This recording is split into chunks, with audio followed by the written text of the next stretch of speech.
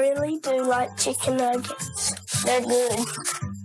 Curtis, what you want for breakfast? Chicken nuggets. Okay. Chicken nuggets is like my family.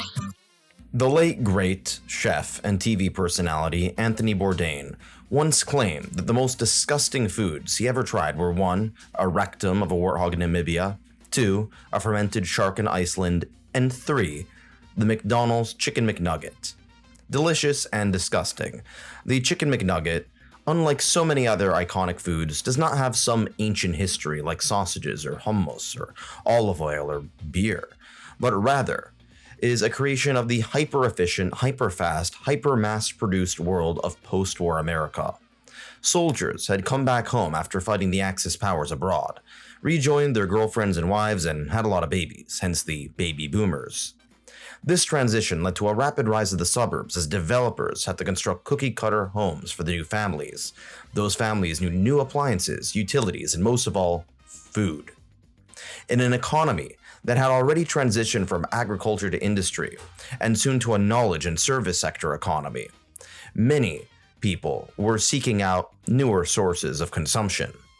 On top of that, many women had joined the workforce during the war, and while many went back to being homemakers, many others demanded entryways into the professional world. This balancing act between the family and the career meant that less time was there for home-cooked meals, and as a result, many families were turning to processed foods. Many men had come back home from living off of rations of processed delicacies like Spam.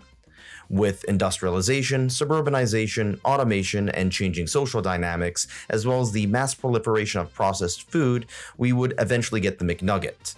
And here lies a man known as Robert C. Baker, a food chemist, who had been studying poultry production at Cornell University. He had first specialized in cold cuts from chicken and turkey, but then moved on to his most groundbreaking invention yet. He created the chicken crispy by getting small pieces of chicken, coating them with batter, and then frying them. He coated the chicken in vinegar, salt, and starch so the batter would stick. Once frozen, it could be easily deep fried without falling apart. The meat processing involved deboning, as bones are kind of hard to eat if you aren't a hyena. The meat is then cut off and then grinded into a paste. This is why the inside of a chicken nugget does not reflect, say, the inside of a chicken breast, the same way that a chicken tender does. The quasi-meat mixture is then shaped into molds like boots, circles, and dinosaurs. They are then battered and fried into a paste, which has the nutritional value of, say, styrofoam. While the process does involve the boning, keep in mind that there are some remains of bones and cartilage that end up in the bird paste mixture. But the taste buds of children don't really care about that. After all, the nuggets contain fat and salt, which our caveman ancestors also craved. After all, we want to consume as many calories as possible, especially when we were living in a time before Burger King set up the fast food drive-thru. Speaking of Burger King, meanwhile, convenience and efficiency of the post-war era came in another form: fast food. First starting off with the limited rise of White Castle, and a bit later, the far more significant rise of McDonald's. Starting off with the McDonald's brothers, and then to some extent hijacked by Ray Kroc. Contrary to popular belief, McDonald's did not invent the nugget, but it did spread it like never before. Rene Arend, a man who I'm probably mispronouncing the name of, was the head chef at McDonald's, which sounds kind of like an oxymoron. Rene would ditch the fancy French cuisine of Luxembourg, his home country, for the creation of the McNugget. The golden nuggets of grease and dead animal mush were so well received that they resulted in franchises across North America demanding an influx of them in their inventory. This would result in the 4 classic shapes, namely the bow tie, boot, bell, and circle.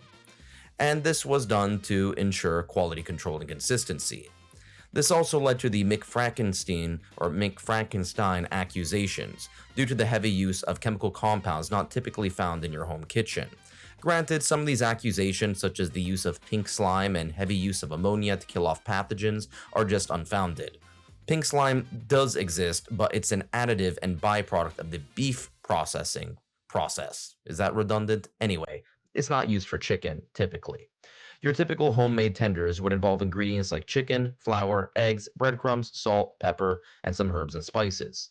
McDonald's chicken nuggets, on the other hand, oftentimes use a gigantic list of words that you can barely pronounce. Although, again, some of the accusations are sometimes exaggerated when it comes to the extent of the processing. This doesn't mean that these ingredients are necessarily harmful, but it is a testament to the industrialization and mass processing of what we consume. Nearly every fast food joint that sold chicken burgers would eventually create its own version of the nugget, and they would become a staple of nearly every supermarket in the frozen section across the developed world and an icon of children's food. In more recent years, pea protein and soy protein, among others, have been used for plant based nuggets. This has been utilized by companies like Beyond Meat and Impossible Foods to create vegan nuggets that don't involve stuffing dead animals into batter. And by and large, many of these newer substitutes don't taste like sawdust. Today, nuggets are a global phenomenon. They encapsulate the innovation, creativity, mass production, logistics, desire, convenience, efficiency, gluttony, and disgust of the modern era, all at the same time.